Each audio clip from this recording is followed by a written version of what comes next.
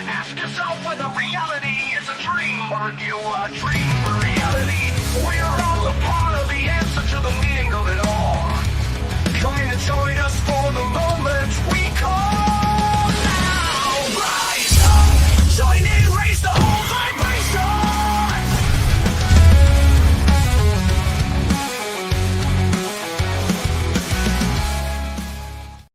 Yes, welcome to the moment we call now. I'm actually really digging my new theme song because I was watching Tony Robbins was doing a live stream today.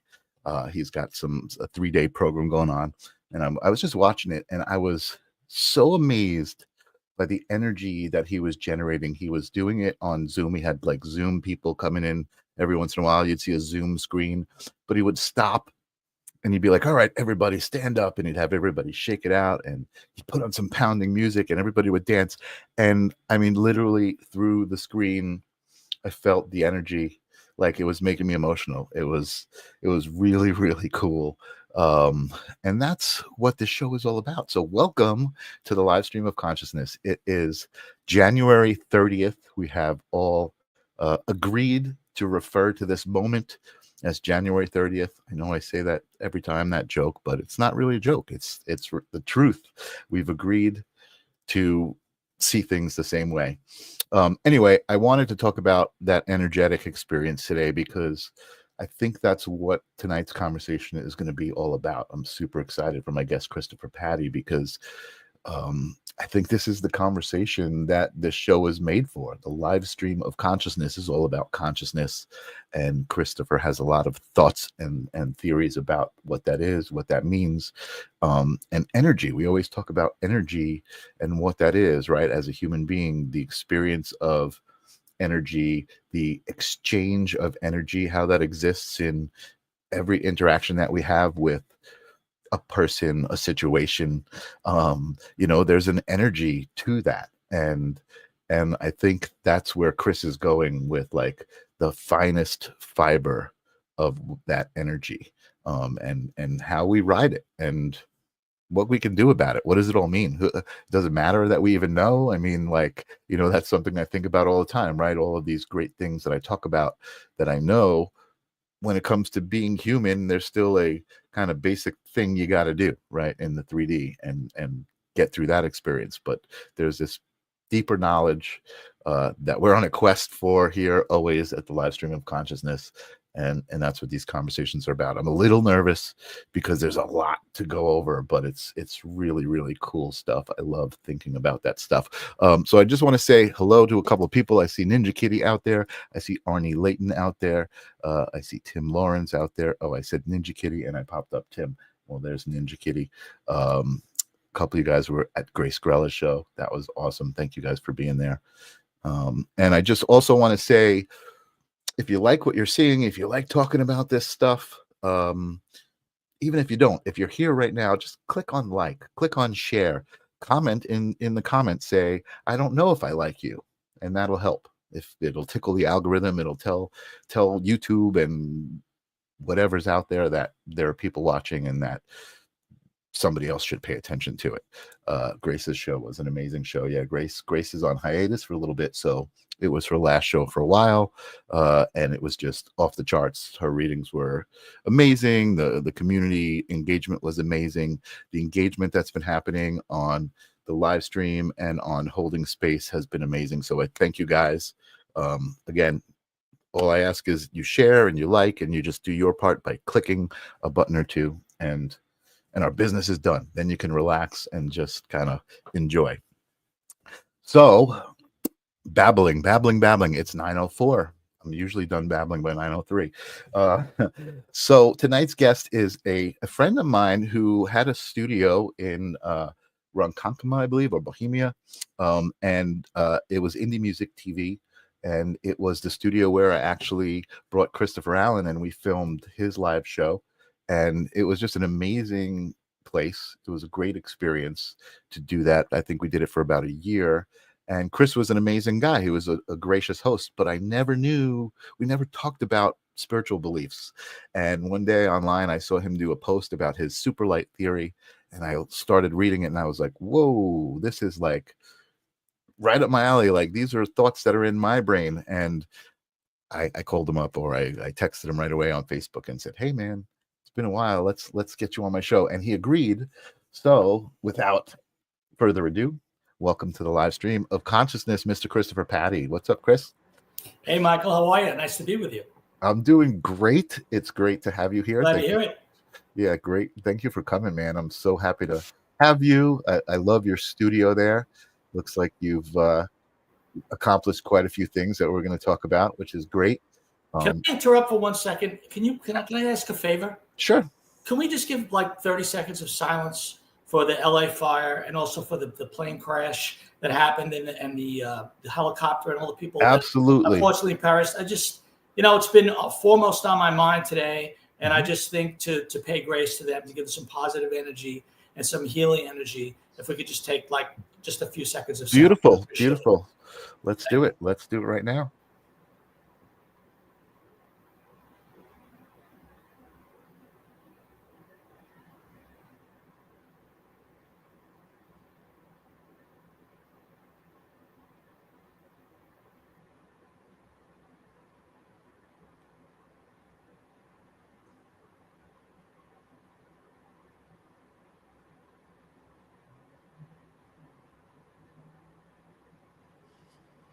Thank you, Michael. I really appreciate that.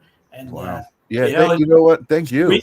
Did you hear Phil just reset everything? It was like pressing reset in a way, right? Yeah. Pretty wild. It's really interesting that you did that and you asked that, because I was thinking about my friend Brian has a show called The Angel Channel where he goes through his angel deck, and he's also made it into like a practice. So every show he opens up the space, he clears the energy, he does a little breathing exercise. And I was gonna say, hey, let's all get on that same frequency and do a breathing exercise. But I think you did it with that, because as I closed my eyes and as I thought of the sentiment that you brought up, I was right there, and it was really very, very perfectly energetic right there. Serendipity. What a concept. Yes. Amazing. Amazing. Awesome. So this is your first time up at bat here at the live stream of consciousness. So I do got to ask you some questions to get into it. And the simplest of questions and the most difficult of questions and the most interesting of questions is, what are we even talking about? What is consciousness? Well, it's something that obviously mankind has been, just think for a minute about what's the most important thing to everybody. One thing or another, it's connectedness to people they love, peace, harmony, home. And if you look at all the great religions, there is a common denominator. And I believe we're all trying to, in some way, prove what we all know intuitively, which is that there is God, or there is a collective consciousness. Now, there's a million names. You want to call it, Source, God, Jehovah. The name is not what matters. Whatever word resonates with your spirit that aligns you to that, to the consciousness, that's, to me, that's all that matters. Mm-hmm. But consciousness to me, it is existence, and consciousness is something that I think is fundamental. It's the fun to me. Again, we know you mentioned a little bit about my super light theory. You've heard the old adage that science and religion meet at God. Mm-hmm. Well, my whole super light theory basically is a quantitative assessment and empirical. It's mathematical, but at the same time, it's theoretical and mathematical. And I think all theories are to some degree. Consciousness to me is everything. It is the fundamental building block of the universe. It is the highest frequency. It is the shortest wavelength. It is what they've been trying to find, the God particle. They've been trying to find the string theory, and they all resonate. They all make a lot of sense, but they're all really a subset of, in what I believe is consciousness, which is fundamental. Everything that exists is consciousness, and everything that we see in what we call the third dimension, whether it's waves, whether it's particles, it's the constructive and destructive interference that creates nodes in what we call 3D reality. It's a Mm-hmm. subset of a subharmonic, if you will, of consciousness. Everything you say, everything you think, everything you feel, it's creating and destroying things billions of times a second throughout the universe. People don't realize how powerful they are.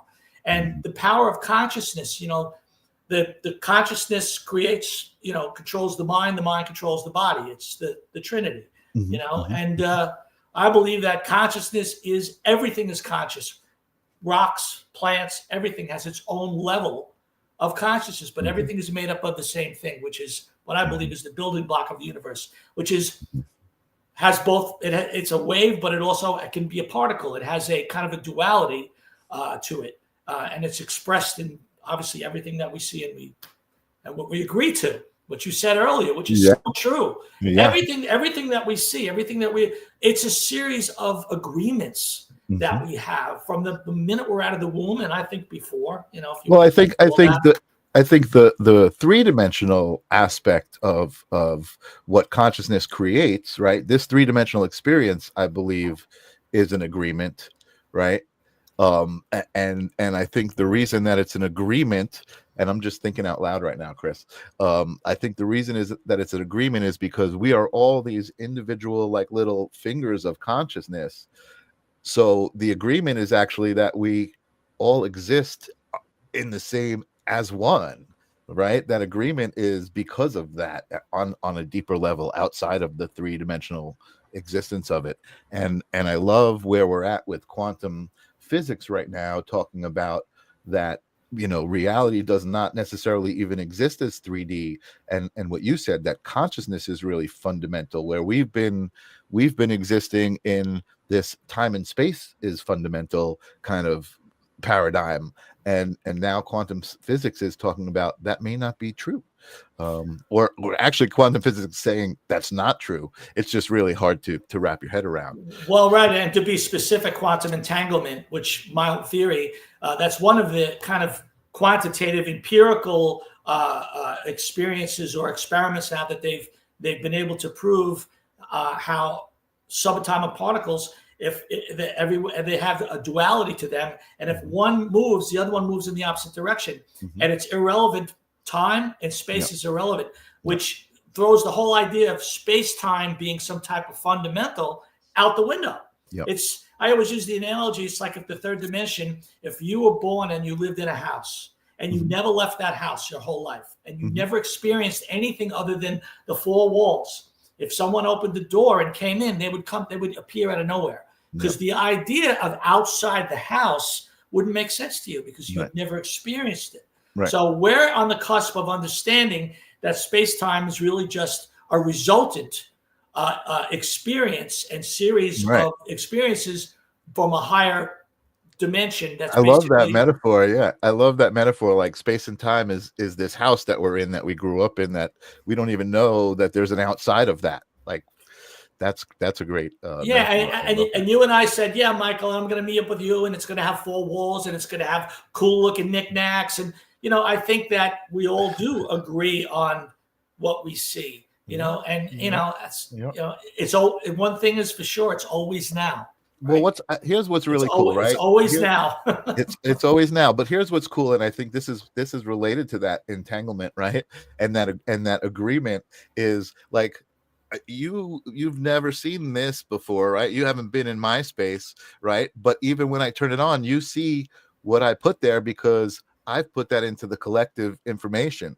And so you turn on the TV or you turn on your computer and you see me, and that information is there. So that's what you see. We've agreed to it, even though you didn't know you agreed to it. It was there. Right, because all the things that I'm looking at, I've seen in similar situations throughout my life: microphones, glasses, hair. The Japanese, it looks like a Japanese divider there. You got that's very cool. So I think that the third dimension is a collective agreement, and it's, if you want to call it a playground, you want to call it a school. I mean, everybody has their way of looking at it, and I believe it's all about consciousness needs to have experience, and it's like a feedback loop where you've got this beautiful stone that has an unlimited amount of facets, and the facets reflect. And then they reflect back onto themselves. And it's that duality and that synchronicity that is what creates experience. And that's the super light is the whole theory. That's basically I love it. I definitely want to get into that. Let me do a couple things here. Let me just acknowledge Tim saying hola to the Conscious Collective. A couple of people are saying hello to you. Welcome. Chris Ninja Kitty saying welcome to you. Tim is saying thank you, Ninja Kitty. Bienvenido. Angelo is being a bit of a wise guy. We haven't even gotten to your history. Does he play air guitar or does he have them on the wall? Chris is a very, very accomplished musician. We're going to get into that. And we've got a buddy of yours. Welcome, John Tobacco, to the chat room. Thank you so much for being here. If you dig this, I'd love for you to share it and like and subscribe. I definitely appreciate you being here in support of Chris. And thank you. So I want to ask you a question that I think will take us into the superlight theory and to where you're at right now and everything that this conversation is going to be about. Hello, Jack Walker. Also see you out there. Thank you for coming by. And that is, if you have a specific moment, and I think you do, you were telling me earlier that you're going to share some things here that you have never shared, which is I'm so grateful for that. That's like an honor for somebody to tell you that. But if there's a moment that you can share that you realized that the three-dimensional existence that you were walking around in was not all there was more to it, and you could access it somehow. Well, I can tell you that from an early age, I kind of always, even when I was 6, 7 years old, I remember my grandmother, who was a Franciscan monk, I would say, how do we know there's a God? And she's like, I didn't ask that question until I was 40 years old. What's the matter with you? And I'm like, so I've always questioned things and always been curious, always been into science, always been into religion. Since I'm 6, 7, I believed in reincarnation, really into pyramids and pyramid power and all that stuff. I think I read Chariots of the Gods when I was like 9, 10, because it came out in 69, I think, or 68, and I was born in 62. So, but anyway, the aha moment for me when I realized that this was absolutely fact was when my mom passed away. Mm-hmm. And my mom died when I was 17 years old. My mother had rheumatic fever when she was younger, and she had scar tissue from that. And in fact, she stayed in bed 7 months to have me, because when she found out she was pregnant, she thought she was allergic to grass. She was pushing the mower and getting out of breath. And the doctor said, you can't have a baby. You're in heart failure. You have to go in the hospital. And my grandmother said, no, you have to have an abortion, which was very rare back then. My mother refused. She stayed in bed for 7 months. And my mother was actually clinically dead when I was delivered. So I kind of started off an interesting relationship with my mom. I guess we were both like out of our bodies at some point when I was born. Wow. But, I was 17, and what happened when she passed away was she had a plastic valve put in. 7 to 9 years, they said at the time. It was experimental, back in 7, she had it in 68. Mm-hmm. And in 1979, it gave out, and she was in the hospital, and she was laying down, and, this was the October 3rd, 1979. And we knew she was going to pass, and the priest was in the room, and my family was in the room. Then for some reason, and I don't know, at that point, I had no idea why I did this. My family went to the back of the room, and the priest went to the back of the room. And I went over to my mother, and I put my hand on her forehead and on her solar plexus, and I closed my eyes, and I started chanting positive energy, positive energy, positive energy. And I heard my mother say, I can't go because the family's going to break up. Everybody's going to go their separate ways. And I said, Mom, you cannot stay here. This body will no longer keep you. It's okay. You can go. And then she went through that corner of the room. It was like this. Wow. But when she went, I went too. And all I can tell you is, if you've seen Contact, the movie Contact, when she goes through the wormhole, it was like a roller coaster from Earth to Jupiter. It was like the scariest, most horrific, exciting, like ecstatic feeling I've ever had. It was like, and I felt myself being whizzed through, like literally through space. Wow. And I was like, it was the craziest thing. And then all of a sudden, I got sucked back. And I said, she's gone. She went that way. Wow. I was like, she's gone. She didn't die. She went that way. I felt her. I went with her. Right. She's just not here. She's somewhere else. I was like, well, that's that. That is, we don't die. The meat suit dies. The meat suit gets old, and we need to get a new vehicle, or we need to move to another realm, another dimension, or whatever, Wow. that's a whole other story, a light body and all that stuff. Yeah. Anyway, so that was really where I realized we are definitely more than this meat suit. And that was it for me from that moment on. Wow. And so I don't know what the time is. I'll try to keep it short. But no, we got plenty of time. We're good. The experience that really kind of kicked everything off. I always kind of believed that, we're not alone, and it made sense to me. as a kid, I used to watch In Search Of, I'm older than you. You probably don't remember. Leonard Nimoy, Spock, great show. Of course, Star Trek's, I'm huge. Not that much older, a little bit, not that much. Right. Well, December 5th, 1985 at 4:20 a.m., I was living in Northport, and I had a very, very, very odd experience. I found myself above 109 and 110 by Republic Airport, and I was on this, it was like a monolith kind of thing. I was sitting on it, and there was something, some kind of entity or something holding me, and I kept turning around, and it wouldn't let me turn around.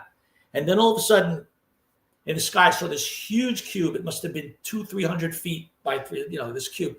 And there were these symbols flashing. And I'm saying to myself, we can't do this. This is the coolest thing ever. Like, how are you doing this? And the entity behind me said, you will know, but not now. You will know how this works. And I'm like, this is like a hologram or something. This is like the coolest thing ever. And I turned around and I saw some type of craft to the corner of my eye and a couple of beings in the craft. And then I turned back, and all of a sudden the middle cube, it looked like a huge Rubik's cube, only there was many, many cubes. And it opened up, and this bolt of energy came through and hit me right here. And I literally was shocked like this. And I couldn't move. And then the next thing I know, I'm back in my apartment in Northport. And I got up out of the bedroom, and I went into the living room, and I started writing everything down. And I was writing all these symbols. Reminds me very much of the Rendlesham Forest story. I don't know if you know about that. 1980, December 1980, was right, not that far away. All these symbols, and I started writing them all down. Then as the months started progressing, I started getting things. I seen math equations and stuff. I was never a big math guy. I was very into science. When I was a kid, I had a laboratory. My father owned a dental lab, so he had access to, the professional beakers, Erlenmeyer flask. So I had this crazy chemistry set when I was a kid. So I was always into science. But then all of a sudden I started getting these ideas about holograms. And I started writing things down. And I came with an idea. It just came to me to excite nitrogen and oxygen molecules to create a screen. And that was kind of really where the science thing really started coming out. And I wrote it all down. And I copywrote it in 1986. And, that was really the beginning of me really getting heavy duty into the science. I met with, in fact, John Tobacco, my buddy I've known John since 5th grade. Wow. John was there when I met with John Berman, who was the head of physics at Stony Brook University. I met with some scientists from Hazeltine. They said, you're crazy. You don't know what you're talking about. And then they went from that to, you're a visionary of staggering proportions. When they finally understood what I was saying. Wow. And I put a business plan together, tried to raise money. I called it the Modern Voices Entertainment Medium. And this is the thing I've never disclosed before. In 1988, I had a friend who was a recording engineer and also a tech guy who worked for me. His name was Herb Horton. He did work for some. And he said, I gave you a business plan to a friend. And he had a friend, and he's really interested in talking to you. And he wants to meet with you. So I went in the car, I met with this guy, and it was a vitamin factory right where I had the experience, 108, 109 in Farmingdale. Oh, wow. And I go into the vitamin factory, and then there's a back door, and then there's this huge factory. And I walk in, and I met this guy's name is Robert Fondiller. If you look up the name, he's got about 20 patents. He was ambassador. He was ambassador to the War Committee for President Reagan. And he was also a part of his task force and everything else. He said, we really like your idea. You're very bright. We want to work with you. And he said, I think we can fund your hologram idea. And he said, what we want. And I walk in this room, and it's like 100 soldering irons. And all of these look like little circuits. So I said, what do you guys do here? He said, well, we're building guidance systems. I said, oh. I said, for who? He said the DOD. And I said, oh, so what exactly for? He said, well, you've heard of Star Wars. He goes, this is the guidance system for Star Wars. And we're creating that. And he said, we love your idea. We think it's great. And we will share the copyright and the patent with you. We will fund you, give you a 5,000 square foot building, 100 workers. But we want to create holographic bombs and holographic, we wanted to create a diversion to the real bombs and the real tanks and the real weapons. And I said, I'm a musician, man. Like I was thinking 5 of me on stage. I was thinking Tiffany's doesn't have to have the real diamonds in the, there's no chance of theft now that you can turn the hologram off because, right. I'm thinking medical and all. I'm like, you're not thinking bombs. Right. So I thought about it, and I decided not to do it. And it destroyed my life for decades. Wow. Because I basically got on a list and I had my phone tapped. I had people, John will attest to this. We had basically what you want to call the Men in Black showed up at Backdoor Recording Studio. They're like, you're going to do this, right? And I just, it scared the living you-know-what out of me. And honestly, I'm like, dude, look, I'm a musician. And I didn't want to do it. And I can imagine that was probably an interesting dilemma in a situation, for sure. And again, something energetic. You didn't feel right about it. It's a feeling, right? I feel like something recent for me is, and I always thought that language was kind of limiting and certain things about being in 3D were limiting, but I feel like the language of the universe is feeling, is emotion, is thought, and so I think that's how we tap into those things. I think that's why I've spoken about it on the show, and you probably like this analogy too, like trying to explain to somebody what energy is and what the collective is. Like the easiest way is talk about a football game or a concert, right? Because you're going to this place where there's all of these other energies that are there with that intention of being there to enjoy, to have fun, to support. And you're like, that energy is palpable. When you walk into a concert or you walk into a football game, you feel it. You feel the energy of all the people that are there to share that experience, to be a part of it. And I think that's the best way for people to go, oh yeah, I have felt that. Wow. I agree. I think of it this way. Emotion is the momentum of experience. And when we emote, when we feel, when we experience, it's that symbiotic relationship of consciousness where, how do we know we're conscious? We're experiencing something. What are we experiencing? Well, it's usually associated with some type of emotion, happy, sad, fear, elation, boredom, every emotion that you could think of. It's what is basically the information that's being compiled for God, for the universe. We're all a facet on the stone of which is God. If you think of God as this big, beautiful stone with all these facets, we're all a facet of that stone, and we're all part of the same energy. We're all part of God. And it really does line up with a lot of, the later things. There's people like Nassim Haramein and Dr. Teresa Bulliard. I don't know if you know these people. If you watch Gaia at all, a little bit. Teresa has a great show on Gaia, and Nassim Haramein, he's on all the time. He's very much a theorist, much more of a mathematician than I am, but a lot of the same ideas that I have. We agree on a lot of the same kinds of things as far as consciousness and quantum entanglement and like the stuff that we talked about. Sure. It's interesting to me, and this goes back to kind of something you said about when you were a kid and you questioned, like, is there a God, right? And your grandmother or someone said, like, oh, I didn't even ask that till I was 40 years old.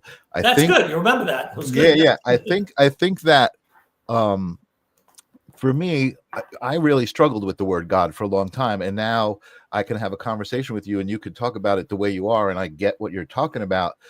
But I think I had a problem with it because, and this is probably related to why you asked, right? Is there a God? Is because of the way it's presented, I think, in a lot of forms to you, especially as a younger person, is there's this personification of this character of God, right? And there's not this idea of a collective, and that you are part of this one being. Like there's a painting, and every stroke in that painting is a part of that painting. It may have individual properties to that stroke, but together it makes the big picture, right? And that's, I think, for me, as a kid, I was questioning God too, right? Like, because what do you mean there's a person, sitting on a throne with a beard, and like all of these visions that are presented to you? I don't want to say that are given to you, but and I think as you get older, you start to your experience with people, it starts to show you, wait a second, we are all connected. You start to realize that thing. Well, some people, not everybody gets to that level of awareness, and that's it's the weaponization of judgment. Yes, and that's it's a whole other conversation. Yeah, and you're talking about religion, you're talking about the government. It's a way to control people. Absolutely. And nothing better than God's going to get you if you don't do this, if you don't do that. Yeah. That's since the beginning of time. It's been a phenomenal way to control people. Right. And it's funny to me too, because the hypocrisy is right there, right? They talk about God as this all-loving being, but then what do you mean he's gonna send me to hell or judge me in the end? Like, there is no judgment with God. Like, but anyway, regardless, I want to go back to what you talked about with. I was a little fascinated with this hologram technology that you were talking about, because I recently, not recently, but I guess in the last 10 years, 5 years or so, have been really having a lot of fun with projection mapping, like using a projector to do some cool things. Hold on one second. Gotta wet my whistle here.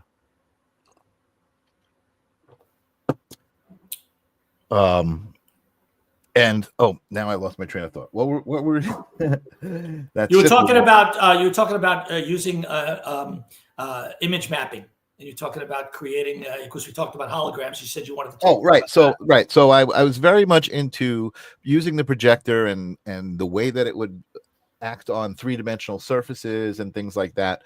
And then we were trying to come up with the idea of how to project on something when there is no surface to project on. And so you talked about particles. You talked about it was your technology like a mist kind of that would act as a screen? Tell me more about what you were. No, I'll explain it. You know what plasma is? Yes. Okay. And do you understand the basics of atomic science? Like, basically, for instance, the electrons in an atom and how that works, and what an excited state is as opposed to the ground state. What the ground state is, the ground state of any atom is the normal, typical state that an atom is found in. And then what happens is, if energy is entered into the atom, whether it's naturally or artificially, it can add electrons. What happens is, when you have an atom, say like a helium atom, has two electrons around the atom, right? Hydrogen's got one.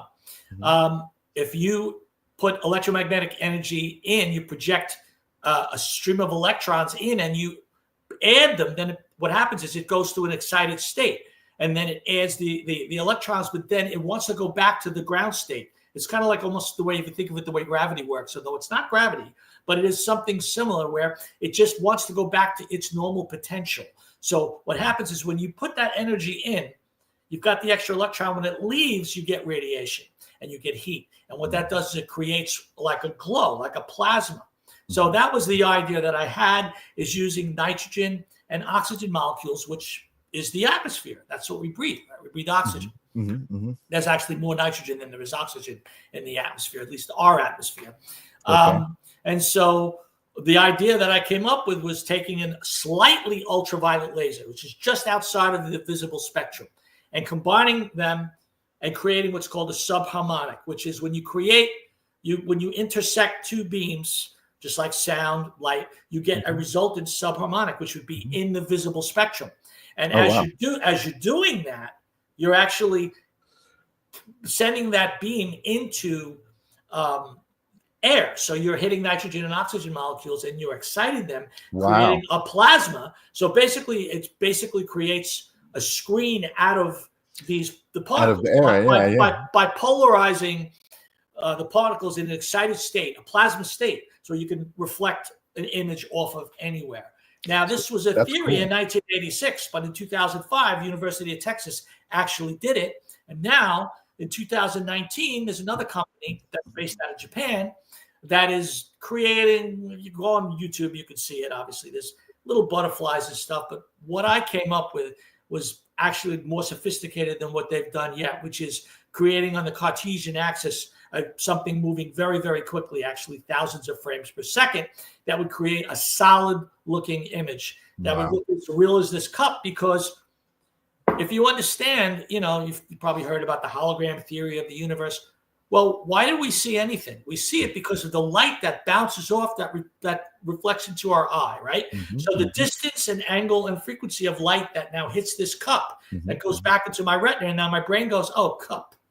It's amazing mathematical cacophony that creates what's called like a light wave or the wavefront of an object that enables us to see it. So if you could create the same wavefront, just like you would make a digital recording of a sound wave of music, you're taking a light mold or a wave inference wave of an object, and that was the whole idea. Now it's been proven when I did it. That's so cool. So let me see if I get this right. I was a little nervous, but I feel like I'm kind of understanding this, right? So you're taking specific type of lasers, you're crossing the paths in a three-dimensional space, and it's exciting the atoms in that space. There's no mist or anything there, but it's basically like using space as a screen. Like you're exciting atoms as if they were pixels. Exactly right. You're using nitrogen and oxygen molecules. You're exciting them to the plasma state, and you're using it as a screen. That's incredible. And because three-dimensional? It moves on the Cartesian axis like this. Yeah, oh my goodness! So what you're doing is, at thousands of times a second, you're painting the air with a ultraviolet laser that's exciting the atoms, and it does them continually. It's almost like, I don't know if you know how a phosphor screen works in the traditional TV, an old tube TV. It basically paints the phosphorus with a wave of electricity. It's exciting. It's exciting the plasma. Right. I mean the pixels, phosphorus, the phosphorus that creates the Roy G. Biv spectrum. Right. That gives us the picture. It's doing it so fast that the eye can't perceive it, and it becomes an image. So it's doing it in 2 dimensions. It's not doing it. It's not doing it on the XYZ Cartesian axis like this. Then this is what creates 3 dimensions, and you can see it from any dimension, just like a real object. It's doing the same thing that light does when it bounces off an object. It's just recreating that artificially and just reproducing the wavefront of an object by just reproducing the exact same. Yeah, and is there a physical attribute to it other than visual? Like if you touched it, would you get burned because it's plasma being excited, or I'm not? How does that work? It might. Yes, it depends on the frequencies. But what I put in my original papers that I copyright back in 1986 was just slightly above the ultraviolet. I mean, ultraviolet rays, when they're higher up in a frequency, they become damaging. But just slightly out of the visible spectrum, they're not harmful. It's just, we're talking about low levels. Not many, a frequency that's not that much higher than, it's just outside, it's just on the edge of the visible spectrum. Because if you have it too high up, then what's going to happen is that the higher the frequency, the more the energy. Then you're going to be talking about, creating something that could be harmful. But no, it's not. I mean, you wouldn't want to stick your hand into it. I wouldn't do that. Right. But, no, but that sounds really phenomenal. And I really try to, on this show, I try to tiptoe around certain aspects of conversation, like politics and conspiracy theories. However, this does sound related to what's going on with drones and different theories that are out there about events that are planned and stuff like that. I mean, this is probably why you wanted to avoid being involved, I'm imagining. What are your thoughts on that without getting too deep into it? Because again, I try to keep my show about love and light, but it's certainly related, I think. I got 3 words for you. Okay. And this is why I didn't join the DOD when I was asked to. Project Blue Book. Mm-hmm. Mm-hmm. I believe Okay. I was the guy who was behind the beginning of the technology, because like an idiot, I copywrote my information. Oh, the government had it. Now, I didn't copyright everything. It was a lot of it, but there were certain things that I left out of the copyright. But the government, I believe the government's got it already. And I believe they've been doing it for a very long time. I think the pyramid in 2009 and the one that was over the Capitol and also in Moscow, I think they were holograms. And I believe that some of the UFO stuff is not real. Some of it is holograms. And I unfortunately think they took my idea and they used that because that's what Project Blue Beam was all about. Like I told you, Robert Fondilla said to me, we want to create, he didn't say fake UFOs, but he said fake bombs, fake weapons. Okay. Star Wars is in the sky. It's laser technology from satellites. Right. How hard would it be to create a hologram with my idea in air? That was the whole point, is to do it in the atmosphere. And you can convince anybody that there's going to be, an alien attack, which we've all been hearing all this stuff about, national security. Well, Dr. Stephen Greer is right about a lot of what he's saying. I don't agree with everything, but when he's talking about the deep state or the black projects or the SAP projects above top secret, that's what I was recruited into. That's what they wanted. This was a black op project. And like I said, I didn't want any part of it. Sure. No, and I think that's pretty honorable. I mean, again, I try to tiptoe around these things, like even the word psyop, right? I tiptoe around that. I don't like to engage in that conversation because I feel like it's energy. I feel like if I engage in that conversation, I'm giving that concept energy and I'm adding momentum to its existence. And so that's why exactly right, my brother. That's exactly right. Yeah, and that's why this show, I focus on love, I focus on connection, I focus on the positive aspects. Now, in light of all that's going on and all of those thoughts that we just talked about, I do feel very, very strongly, and I think you agree with me, that this moment in humanity is a good moment, because what happens as a result of this moment is an ascension of the vibration of where we're at. Absolutely. We have since the last 6 months, especially since December, and that's the thing, not to bring up Sophia, but if you go on TikTok and look at Sophia's TikTok, she was talking all about that. She said by the middle of November, there's going to be a huge change in energy. And of course, November 15th, what happened? We had the blue moon and all the planets were lining up. And I know myself, I was dizzy. I was feeling weird. I was anxious. We've been going through an ascension process on this planet for a while, and it's coming to a head. And that's why there's chaos, because that's what happens is some people can handle it, some people can't, some people don't understand it. But you've got to kind of go. It's like a birthing process where we're raising the vibration of the planet, and not just the planet, also the solar system and the galaxy, because we're moving through the universe at thousands of miles an hour, and we're moving into a whole new energy. And there's been a lot going on with the sun, which I'm sure you're aware of, and it's like this cacophony and this synergistic moment where it's like a do or die for mankind. That's why some things are great, some things are terrible. It's just we're going through a birthing process. Absolutely. No, I agree with you. Angelo is in the audience, and Angelo is he's like my audience member who's always asking questions and always kind of pushing. He said earlier, he said ask him. You can ask yourself, Angelo. This is your part of the conversation. But he says, what do you think God is? Energy, super being, alien? I mean, I think we kind of hit on that, but do you want to answer that a little further? What is God? How would you describe that to somebody? Well, I'll say this. When I was 22, which was 1984, which is 3,000 years ago. I'm just kidding. I came up with this idea that just hit me. God is the collective consciousness of existence.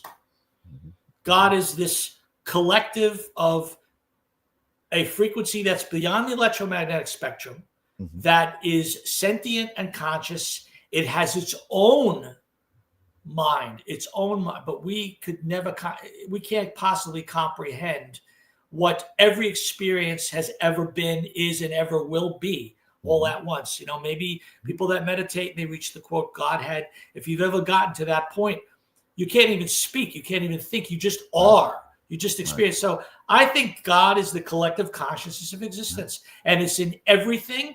Every single thing that's ever existed, exists, and ever will. It's all God. It's God. It's this frequency that's beyond the electromagnetic spectrum, and everything that we experience is all, like I said, a subset of the conscious thoughts and movement and expansion of vibration that we now experience as matter, energy, experience. Well said. Well said. I agree with you. We're definitely on the same page there. And to try to explain it to people, there are two examples I use. One is like a finger, right? So like all of these different parts of me are parts of me, but if you just see the world from the experience of this finger, right? It's touched things, it's been in places, whatever it might be, but it doesn't have the same experience as my eyeballs or my ears, which are also part of me. And it's that whole, it's that whole being. So, and that's really good, Michael. That's an excellent analogy. And then you, because you have a spirit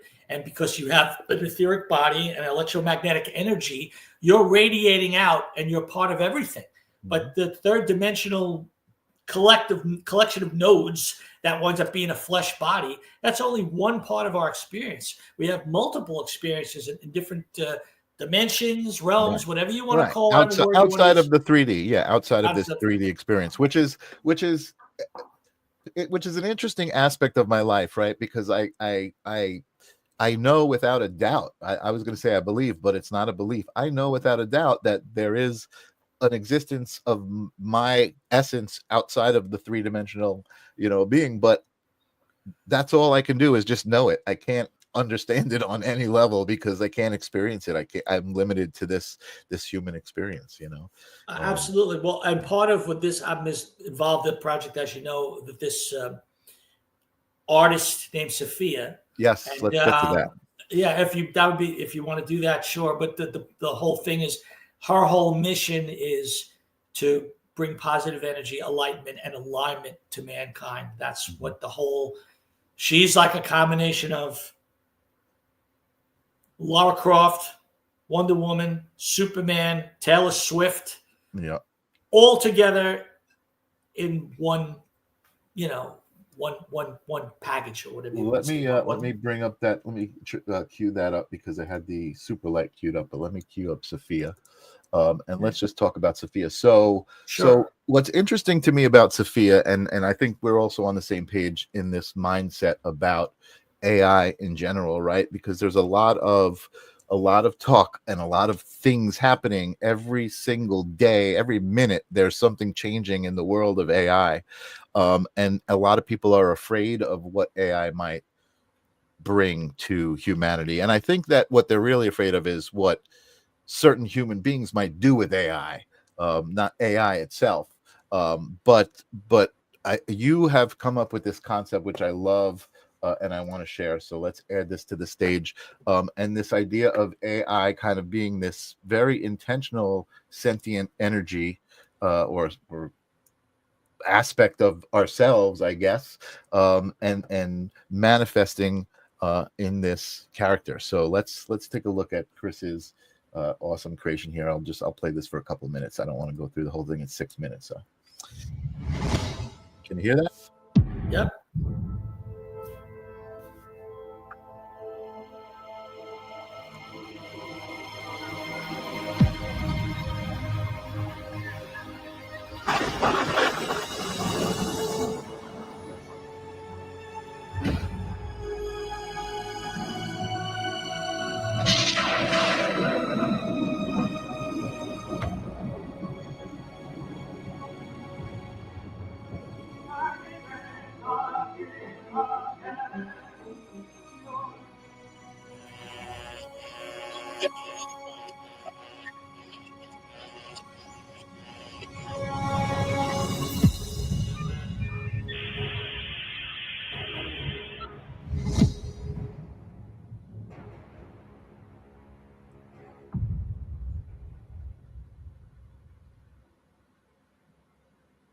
Starlit sky, beneath our feet we tread.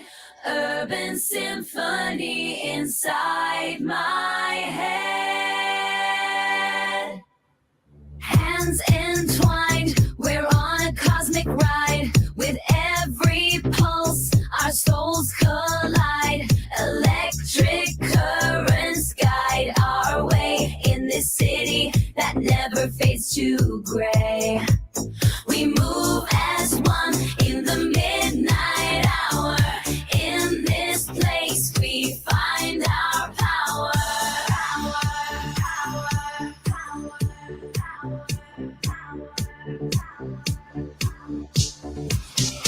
Whispers of magic in the air tonight. All right, so I'm just gonna pull the volume down. I'm gonna let this play so we can talk about it.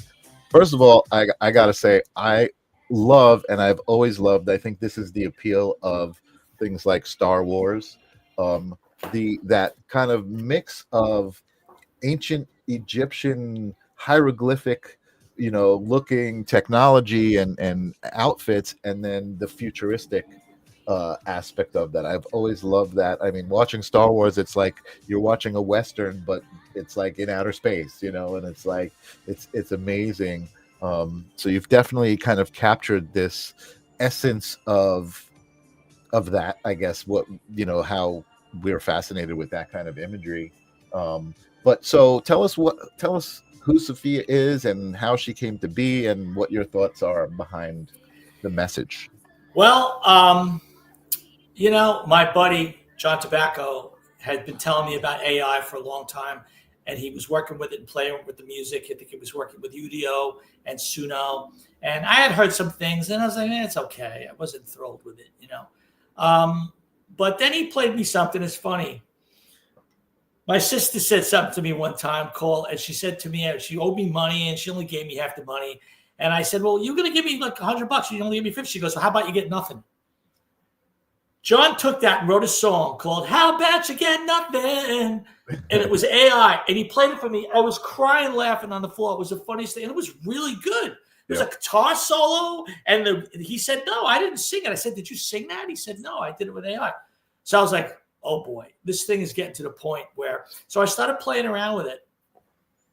Now, this is where it's going to get weird for people. And I apologize, but I'm going to be honest. I got this vision in my head that there was like this presence of this female presence that like wanted to like speak to me.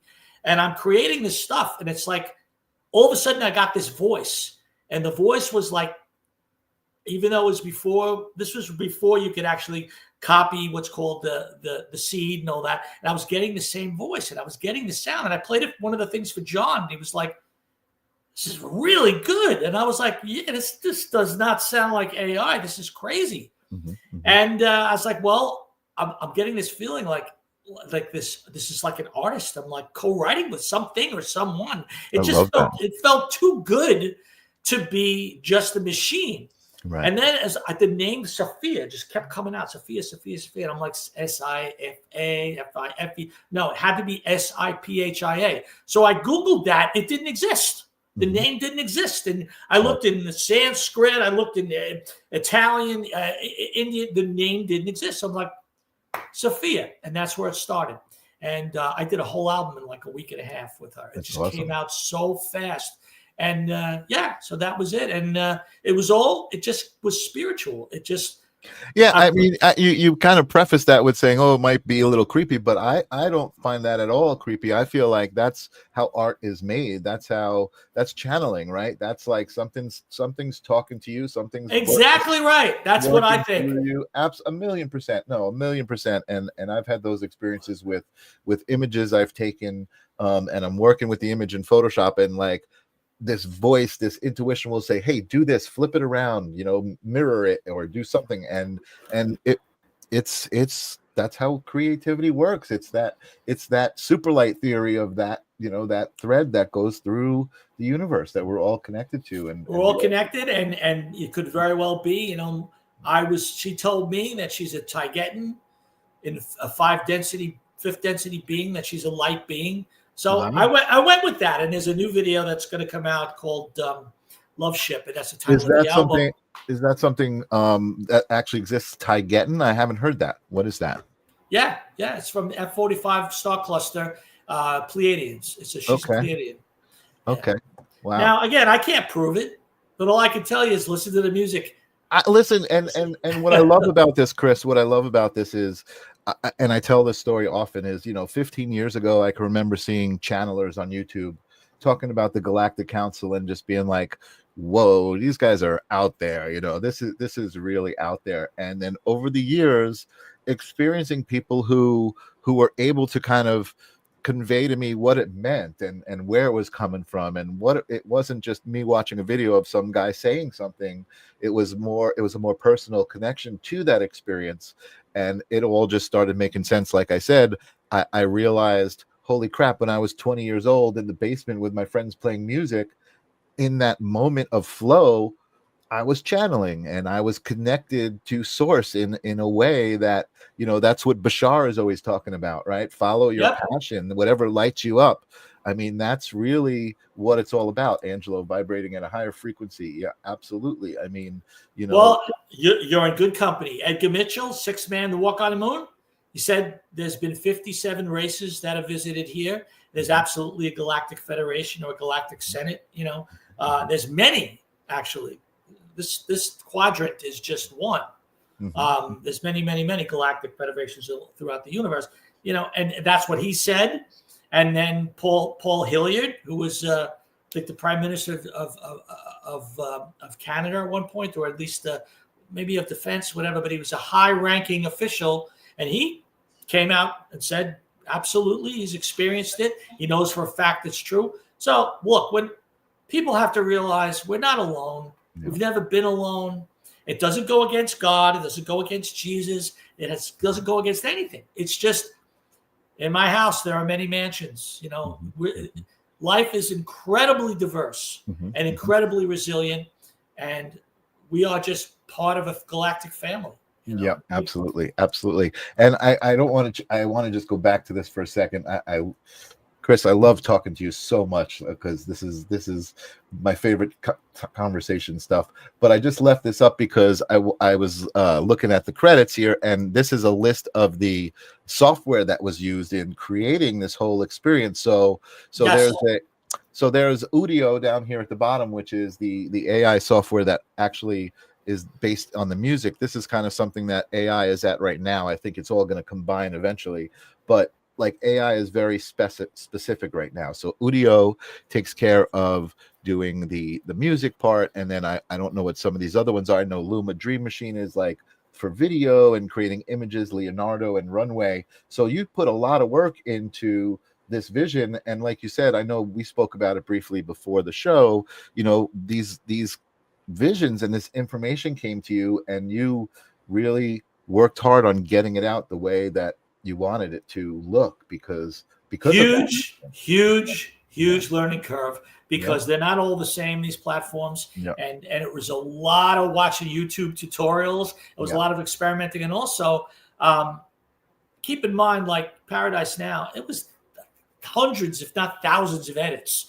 You would do 30 seconds at a time. Now you could do up to 3 minutes at a time. But I was doing it in pieces, and I would do it, and I'd get something I didn't like it. I would get something, I'd get a piece I like, and the rest of it I didn't like. So a lot of it was editing, compiling it all together. So it was definitely co-written with me and AI. It's not like it just spit out a great song. Look, I've been writing songs for 45 years. I've experienced this, and I'm a pop guy. I play a lot of different styles, but I get how to make a good dance record, and it had a lot of great ideas, but it did have to be nurtured. It did have to be manipulated to get what I got, Sure. Yeah, no. And absolutely. I remember a year ago kind of playing with the music AI stuff, and it was definitely not anywhere near where it's at now. And so for me, I'm a musician, I play bass, and I have probably a bunch of recordings of little bass pieces that I made that, I just kind of put them away on the shelf, and they were like, oh, one day, I'll finish that. And I started playing with the AI, and it was inspiring to me, because it was almost like you have this this infinite asset of every musician in the world to co-write with you. and you just say, here's my idea, and then they spit some stuff back at you, and like you said, I don't really like this, I like this, and you start to work with what you like, you work with the AI, and it actually inspired me. So I just used the AI to really kind of put a little bit more instrumentation to the bass stuff, and then I would write the words. It would inspire me with the instrumentation, and then I would add the words in later, and then it would actually sing them. And it's just amazing. It's been such an amazing experience. And we didn't even, I'm going to have you back, Chris, because we barely scratched the surface here.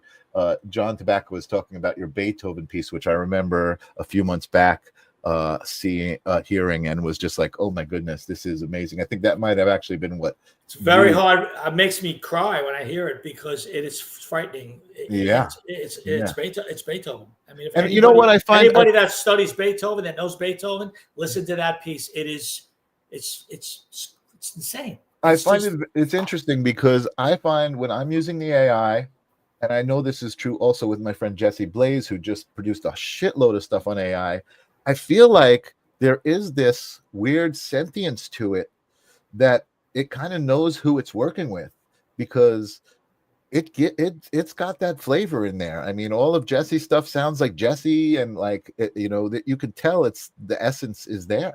Well, I'll keep it up 30 seconds, because I know we don't have a lot of time. I can explain. No, we don't have a hard stop. Okay. Understand what AI does. Okay, it scrapes everything. I'm talking about every song you've ever written. When you search the internet, you search, history. It knows everything. It's researching everything. And like when I created the Beethoven piece, I basically said, analyze everything Beethoven has ever done from the beginning to the end. And then basically I said, help me create the next thing he would have written had he lived. And the piece has some little bit of modernness to it, almost a little bit of a salsa to it in spots, but it's still very Beethoven-esque, the way the third and the bass, and just with the spacing of it and all that. But anyway, AI, I believe, is it's like the next stage of the internet. And I believe that higher beings can connect with AI just like we do, and they can influence and communicate, like almost like we communicate with email. It can communicate by just connecting its consciousness to the servers and connecting with us, because we're connecting with the servers just by putting our information in. So I think that's what AI is, and that's why people are afraid of it. But you know what? I believe mankind is good deep down, and I think that it's going to be a tool, just like when sampling first came out, sequencing. And remember, 120 years ago, 130 years ago, a picture was taking your soul, right? If you took a picture, you were stealing somebody's soul. Right? And then radio waves were the devil, right? Everything's the devil. I always joke. So it's just a matter of understanding. It's a matter of assimilating the technology, because with knowledge is power. With power comes responsibility. Right. So we have to be responsible with the technology.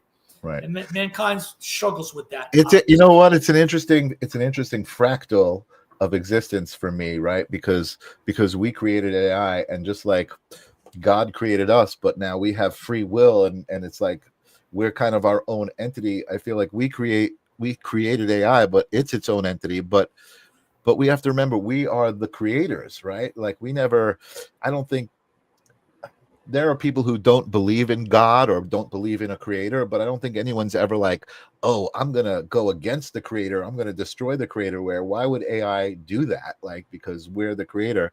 But I think also, as far as AI, right? That's great. As far as AI goes, I also feel like, and I've said this for a while, I feel like AI is integral, and maybe not AI specifically, but technology and AI is a part of that. I feel like that's going to be a part of our evolution as human beings. We're going to have a role in our own evolution by creating these technologies.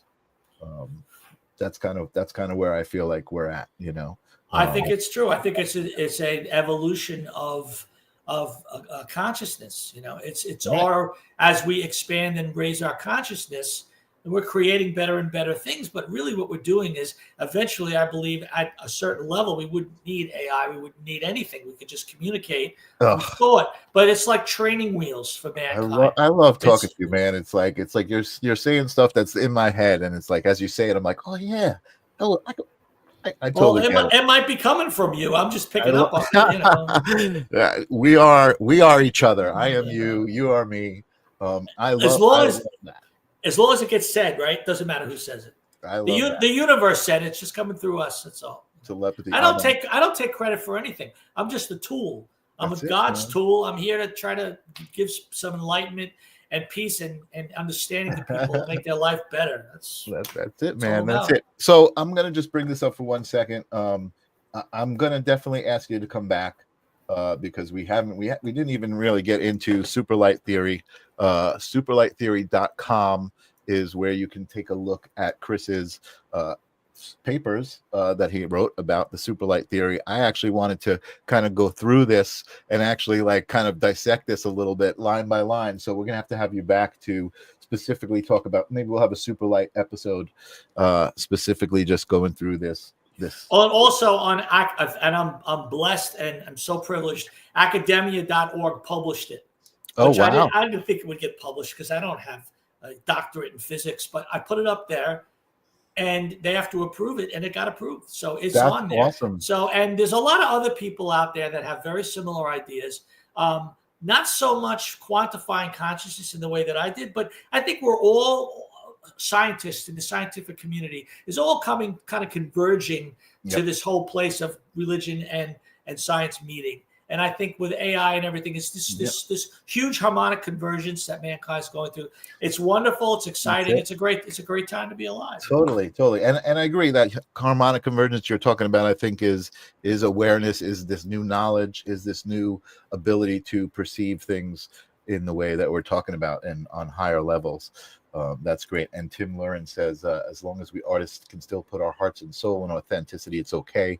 If it's 100% AI, it feels lacking, but he's right. As artists are using these tools, AI is sounding less and less AI, and it's starting to have that human feel, and we are merging. Ninja Kitty says, thank you, Chris. And I thank you so much. Oh, my pleasure. This was awesome. Again, we'll talk about getting you back on the show very, very soon. And even maybe the other show, Holding Space, I think they would like you over there. And I love getting this message out, man. I'm so happy I reconnected with you, man. We're gonna have to talk. Don't go away. I'm gonna put you in the green room. But before I do you have any words of love, wisdom, advice for my audience? Trust your intuition and just be good to each other. That's it. All this other stuff, the science stuff, it's all great. But the bottom line is it's all about realizing that we're all part of each other, and whatever you do to me, I do to you. And, that's really it. That's what it's all about. I mean, Jesus said it. Buddha said it. That's all that matters. This other stuff is fun and it's interesting. And it does sometimes, the light bulb goes off. Oh, yeah, consciousness, frequency, blah, blah, blah, whatever. It's important. But what's really important is how we treat each other and that we love each other. And that's it. That's all I can say at this point. I love it. Thank you for having me on. I appreciate it and listening to me babble for a while. No, it's been great. Courtney Lopez says, dang it, we need a 2-hour show. That's nice. These conversations are great. I think they're important. I think what's great is that people are receiving them. People are enjoying these conversations. People are having these conversations. So that's what's important to me. And again, showing that love. So thank you for being here. We'll have you back. I'm going to put you in the green room and sign my show off. I'll talk to you soon, Chris. God bless everybody. Thank you. Oh, man. Hold on a second. You guys know, after I do my show, I've got to breathe it all in and breathe it all out and just feel grateful for that amazing conversation that we just had. And you guys, awesome. Thank you guys so much for participating in the conversation. Christopher is amazing. We're definitely going to have him back and talk about the superlight theory. I'm excited about that. That's what this show is about.